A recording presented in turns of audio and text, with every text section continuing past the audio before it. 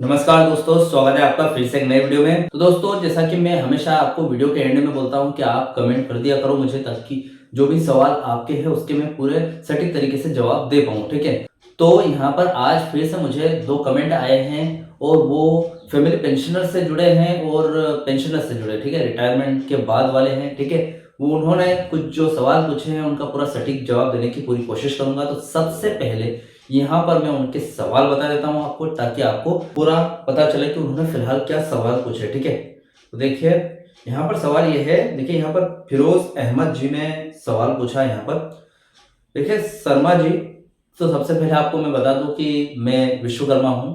ठीक है, और शर्मा वैसे विश्वकर्मा भी बहुत सारे जो शर्मा लगाते हैं, लेकिन मैं शर्मा नहीं लगाता हूँ। तो मैं सुनील शर्मा नहीं हूँ, मैं सुनील विश्वकर्मा हूँ। ठीक है, तो चलो ठीक है, कोई बात नहीं। तो शर्मा जी मेरे लिए भीख बताएं। उन्होंने मई 2018 जनवरी में रिटायर हुए हैं। ठीक है, और 22,000 उस समय उसके उनके टाइम, यानी कि फिलहाल उनकी जो बेसिक थी रिटायर से पहले 22,070 रुपये के समथिंग थी, जिसकी मतलब पेंशन बनी है 11,035 के करीब। ठीक है, तो वो आईडीए मिलाकर उनको मिल रहे हैं 32,000 के करीब। ठीक है, यानी कि फिलहाल क्या है कि 11,000 तो बनी है, लेकिन आईडीए फिलहाल आपको पता है 236.8% आईडीए चल रहा है। तो आईडीए के हिसाब से सही उनकी बनी है और उनको मिल रही है फिलहाल। तो उन्होंने पूछा है कि मुझे ये बताइए कि उनका क्या है, 8 साल हो गए रिटायर हुए। ठीक है, और नौवा साल लग गया है। तो फिक्सेशन की प्रॉब्लम उन्होंने बताई है कि इसको क्लियर कीजिए। ठीक है, तो ठीक है, मैं यहाँ पर कोशिश करूंगा इसको क्लियर करने की। उसके बाद यहाँ पर दूसरा कमेंट है जो पूनम जी की तरफ से है, और उन्होंने पूछा है कि 21,000, शायद यहाँ पर थोड़ा सा उन्होंने ज़्यादा लिख दिया, लेकिन 21,531 के करीब उन्होंने बताया है। ठीक है, यानी कि दिसंबर में रिटायर हुए थे और 21,500 क्या बताया उन्होंने, कुछ समझ में नहीं आया है, क्लियर नहीं हुआ है। लेकिन 2021 में उनकी डेथ हो गई थी, उनके हस्बैंड की। और फैमिली पेंशन के रूप में यहाँ पर उनको कितना एरियर मिलेगा ये कुछ उन्होंने पूछा है। ठीक है, थोड़ा सा उन्होंने क्लियर नहीं किया इस बात को, लेकिन चलो ठीक है, मैं बताता हूँ फिर भी जो भी है। ठीक है, तो भैया सबसे पहले ये कर लेना, चैनल पर नए तो सब्सक्राइब कर लेना, क्योंकि इसी तरीके के और भी मैं बहुत सारे वीडियोस डालता हूँ यहाँ पर। तो आपको हो सकता है आपको कई वीडियोस यूजफुल हो। ठीक है, तो सब्सक्राइब जरूर कर लेना। बीएसएनएल के बारे में, थर्ड पीआरसी के बारे में, ठीक है, जो भी आती है अपडेट मैं जरूर यहाँ पर लेकर आता हूँ। ठीक है, तो चैनल पर तो सब्सक्राइब करें। मेरा नाम है सुनील विश्वकर्मा। जानकारी यूजफुल लगे तो लाइक करके जरूर जाना। चलिए दोस्तों, बढ़ाते हैं वीडियो को आगे। तो दोस्तों देखिए, यहाँ पर जो अपडेट है वो 2 कमेंट दी गई है। 2 कमेंट को हम विस्तार पूर्वक समझेंगे क्या क्या है।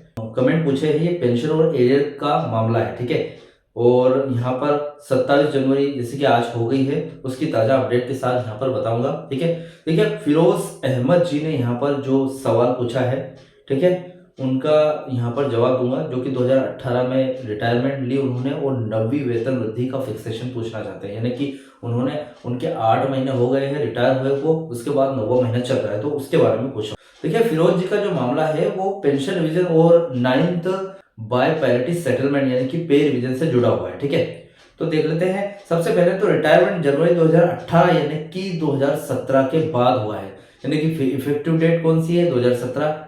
तो 2017 के बाद 2018 में रिटायर हुए हैं। बेसिक पेंशन उनकी थी 11,035 रुपए, यानी कि आपकी जो सैलरी लास्ट में थी 22,070 का आधा हुआ है। ठीक है, वर्तमान कुल आपकी पेंशन है आईडीए और बेसिक पेंशन को मिलाकर 32,000 के करीब है। ठीक है, तो चलिए फिरोज जी, सबसे पहले तो आप 2018 में रिटायर हुए, इसका मतलब ये है कि आप बोल रहे हो उसके अनुसार आपका पे फिक्सेशन नए पे स्केल के आधार पर होगा। ठीक है, और वो कैसे, देखिए फिक्सेशन का थोड़ा सा कैलकुलेशन समझ लेते हैं। नए नियमों के अनुसार आपकी जो पुरानी बेसिक यानी कि 22,070 रुपए को एक फिटमेंट फैक्टर से गुणा किया जाएगा। जैसे कि जो भी फिटमेंट फैक्टर आता है, फिटमेंट फैक्टर क्या आएगा, बीएसएनएल में तो परसेंट से होता है। ठीक है, तो गुणा करने की कोई जरूरत नहीं, परसेंट निकालकर हो जाएगा। जैसे कि आपका 119.5% आईडीए जिस टाइम चल रहा था, ठीक है, बीएसएनएल यानी कि 2017 के टाइम पे जो भी चल रहा था वो 119.5% आपकी बेसिक पेंशन, जैसे कि आपने बताई थी 11,035 रुपए, और साथ में 15% फिटमेंट फैक्टर, जैसे कि हम अधिकतर इसी बेस पर गुना होता है। जैसे कि आपने कितना 11,035 रुपये बताए थे, 11,035 रुपये फिलहाल थे आपके, ठीक है। ये बेसिक पेंशन है, प्लस यहाँ पर 119.5% यहाँ पर 5% यहाँ पर, ठीक है। ये आईडीए है जो कि 2017 के टाइम पे था। उसके बाद प्लस जो कि कर्मचारी डिमांड कर रहे हैं 15% फिटमेंट फैक्टर की, ठीक है। तो इसके बेस पर आपकी सैलरी कैलकुलेट होगी। हर वीडियो में मैंने कैलकुलेट करके बताया, लेकिन यहाँ नहीं बताऊंगा, क्योंकि आप इसके बेस पर खुद कैलकुलेट कर सकते हो आप। जैसे कि यहाँ पर आपका 119.5% कितना होता है, समथिंग 11,000 का 14-15,000 हो जाएंगे, ठीक है। 15,000 का जो 15% फिटमेंट निकालेंगे तो एटलीस्ट 18,000 के करीब आपकी सैलरी निकल जाएगी, ठीक है। 16, 17, 18। तो देखिए यहाँ पर बताया गया है 11,000। जैसे अगर इसी फिटमेंट से आप गुना करते हो तो आपकी जो बेसिक पेंशन है 11,035 से बढ़ के 15,000 से 17,000 के बीच में हो सकती है, ठीक है। ये एक सटीक आंकड़ा नहीं है, मैं आपको बता दूं, आपकी जो बैंक सर्विस हिस्ट्री है उस पर निर्भर करता है सटीक आंकड़ा, तो वो आपको चेक करना है, ठीक है। अब आईडीए का खेल ऐसा है कि जैसे कि बेसिक बढ़ती है तो उस पर मिलने वाला आईडीए जो कि महंगाई भत्ता होता है वो भी नए प्रतिशत के हिसाब से कैलकुलेट होता है, ठीक है। यानी कि थर्ड ईयर से लागू होगी तो आपकी सैलरी में परिवर्तन आएगा, सैलरी बढ़ेगी, बेसिक बढ़ेगा, तो फिर से आईडीए जीरो से स्टार्ट होगा। अब जीरो से स्टार्ट होगा तो आपका आईडीए अभी क्या है 2017 की इफेक्टिव डेट है, तो वहीं से जीरो से स्टार्ट होगा। 2017 के बाद जो 9 साल हो गए, इसका आईडीए बढ़ बढ़ के सरकारी इंडेक्स डेटा के हिसाब से 50% से ऊपर निकल जाएगा, ठीक है। कुल मिलाकर आपकी जो कुल पेंशन है वो 4,000 से 6,000 तक समथिंग मासिक बढ़ोतरी देखने को मिल सकती है उसमें, ठीक है। क्योंकि फिलहाल जो आईडीए चल रहा है 236.8% चल रहा है, तो उसके घटने के बाद फिर से वापस से आईडीए तो जीरो हो जाएगा, लेकिन यहाँ पर 15% फिटमेंट लगाने के बाद 5 से 6,000 की बढ़ोतरी हो सकती है। आईडीए एरियर वगैरह ये सब अलग से मिलेगा बाद में, ठीक है। तब से लेकर, देखिए साथ ही जब ये नियम लागू होगा तो तब से लेकर अब तक का पूरा एरियर भी एक मुश्त मिलेगा आपको, ठीक है। तो ये हो गया फर्स्ट कमेंट का जवाब, ठीक है। यहाँ पर सेकंड कमेंट है जो कि पूनम जी का सवाल था, फैमिली पेंशन और एरियर की कैलकुलेशन मांगी उन्होंने। देखिए सबसे पहले तो जो पूनम जी ने सवाल पूछा वो थोड़ा सा दुखद है, क्योंकि जो उनके हस्बैंड है यहाँ पर उन्होंने ऐसा पूछा नहीं है, लेकिन देखा जाए तो उनके हस्बैंड के बारे में बोला होगा। उनके जो हस्बैंड है वो 2021 में रिटायर हुए और उसी साल वो एक्सपायर भी हो गए, ठीक है। तो यहाँ पर रिटायरमेंट दिसंबर 2021 का है, उसके बाद जो एक्सपायर हुए थे 2021 में, यानी कि रिटायरमेंट के कुछ समय बाद। सवाल यह है कि फैमिली पेंशन को कितना एरियर मिलेगा, ठीक है। तो यहाँ पर सटीक जवाब देने की पूरी कोशिश करूंगा। पूनम जी सबसे पहले तो आपका जो एरियर है वो 2 तरीके से आपको मिलेंगे और 2 तरीके से उसका लाभ आपको मिलने वाला है, ठीक है। पहली बात यह कि पेंशन एरियर की बात करें, क्योंकि जो आपके हस्बैंड है 2021 में रिटायर हुए, ठीक है। तो 2021 से लेके आज तक यानी कि 2026 तक का जितना भी बीच में आपका सैलरी इंक्रीमेंट हुआ या फिर पेंशन रिवीजन हुआ, ठीक है, जो भी हुआ तो वो 2007 की पे स्केल पर हुआ था, ठीक है। तो अभी फिलहाल वो जब बढ़ेगा, पेंशन में जो भी फेरबदल हुए, जो भी चीजें हुई वो सब 2007 की पे स्केल पर हुई, ठीक है। अभी थर्ड ईयर से लागू होने के बाद यहाँ पर बहुत ज्यादा असर पड़ जाएगा इस बात का, ठीक है। यहाँ पर आपकी पेंशन में बढ़ोतरी हुई, आईडीए में इंक्रीमेंट हुआ, ठीक है, वो सब फिर से पेंशन रिवीजन होगा तब वापस से रिवाइज किया जाएगा, ठीक है। तो यहाँ पर 2021 से लेकर 2026 तक के यहाँ पर जो भी हुआ, यहाँ पर डीए महंगाई भत्ते में जो भी अंतर आए वो सारा पैसा फिर से आपको मिलेगा, ठीक है, यानी कि बढ़ के मिलेगा, ठीक है। फैमिली पेंशन में सुधार की बात करूं तो सरकारी नियमों के अनुसार जब फैमिली पेंशनर्स को आज के टाइम पे 30,000, ठीक है, फिक्स कर दिया गया है। पहले जो पेमेंट था ये कम हुआ करता था, यानी कि आपकी सैलरी का कुछ परसेंट 10% या 15% आपको मिला करता था पहले, लेकिन अब 30% फिक्स कर दिया गया है। जब आप जो भी कर्मचारी थे वो अगर नहीं रहे तो उसके 7 सालों तक आपको 50% मिलता है, ठीक है।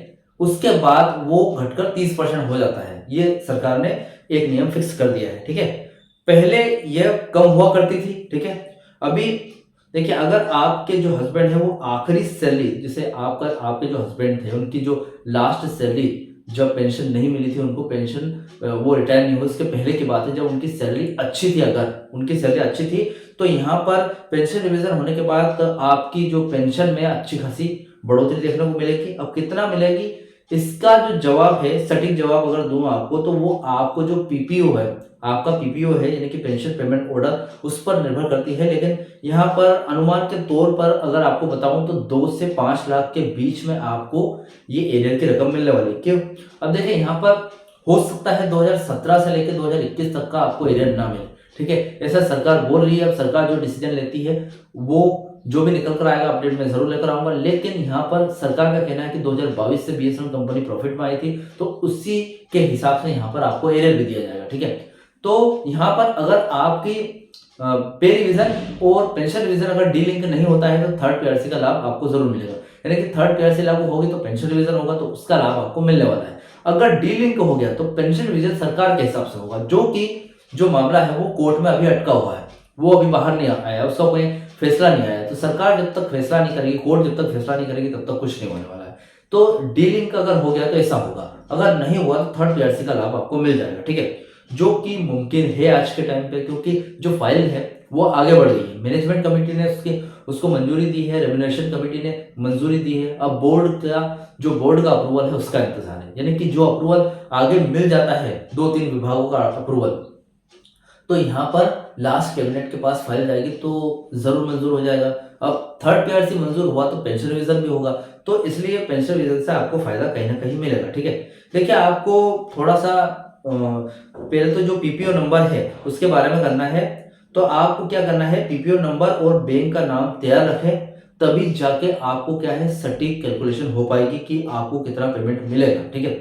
तो फिलहाल थर्ड पीआरसी लागू नहीं होती है तो इसका भी कोई मतलब नहीं है, लागू होती है तो आप ये चीजें रखें, ठीक है। सीपीपीसी से संपर्क करना है आपको, ठीक है, जिसको बोलते हैं सेंट्रलाइज्ड पेंशन प्रोसेसिंग सेंटर से भी, ठीक है। वहां पर एक लिखित रूप में आपको आवेदन जरूर देना है, ठीक है। उसके बाद ताजा अपडेट की बात करूं तो 2026 की शुरुआत में पेंशन फिटमेंट को लेकर जो नई गाइडलाइंस आई है उनका जिक्र भी आपको, देखिए, जो नई गाइडलाइंस है जैसे कि पेंशन रिवीजन आपको 15% की जगह हो सकता है 5%, 10% मिल जाए, ठीक है। तो जो भी नियम है उनको आपको फॉलो करना है, ठीक है।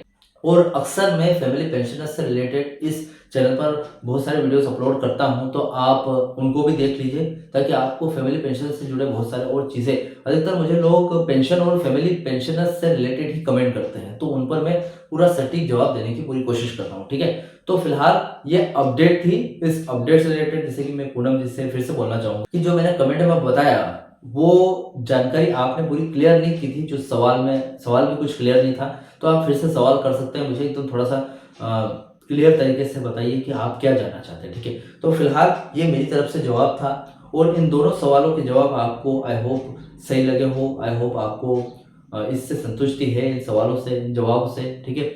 और अगर आपको आपके जवाब मिल गए हो तो मुझे कमेंट बॉक्स में जरूर करना, ठीक है। और वीडियो अच्छा लगा तो वीडियो को लाइक कमेंट से जरूर करें। मिलते हैं दोस्तों नेक्स्ट वीडियो में। सी यू सून।